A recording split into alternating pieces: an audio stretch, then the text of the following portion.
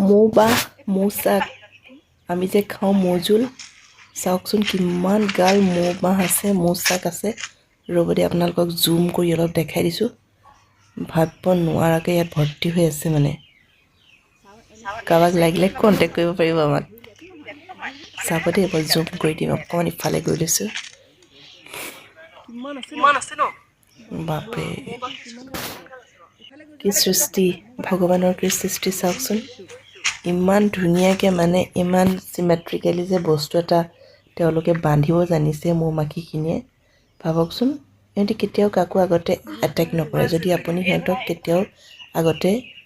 দুখ নিদিয়ে আৰু বৰ ধুনীয়াকৈ আছে দেখিছেনে চব মই আপোনালোকক জুম কৰি অলপ দেখাবলৈ চেষ্টা কৰিম দেই চাব